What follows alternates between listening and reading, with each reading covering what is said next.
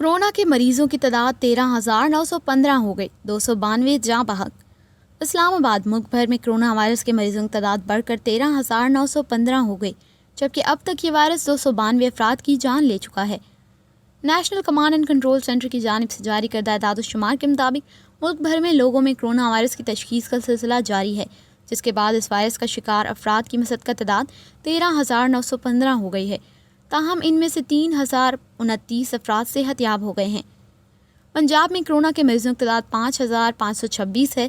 اس کے علاوہ سندھ میں 4,996، خیبر پختونخوا میں 19,084، بلوچستان میں 781، اسلام آباد میں 245، گلگت بلتستان میں 318، جبکہ آزاد کشمیر میں کرونا وائرس کے مریضوں کی تعداد 65 ہو گئی ہے۔ National command and control centre کے اعداد و شمار کے مطابق ملک بھر میں کرونا وائرس نے ایک دن میں مزید 11 افراد کی جان لے لی، جس کے بعد ملک میں اس وائرس کے ہاتھوں جہان فانی سے کوچ کرنے والوں کی تعداد 292 ہو گئی ہے۔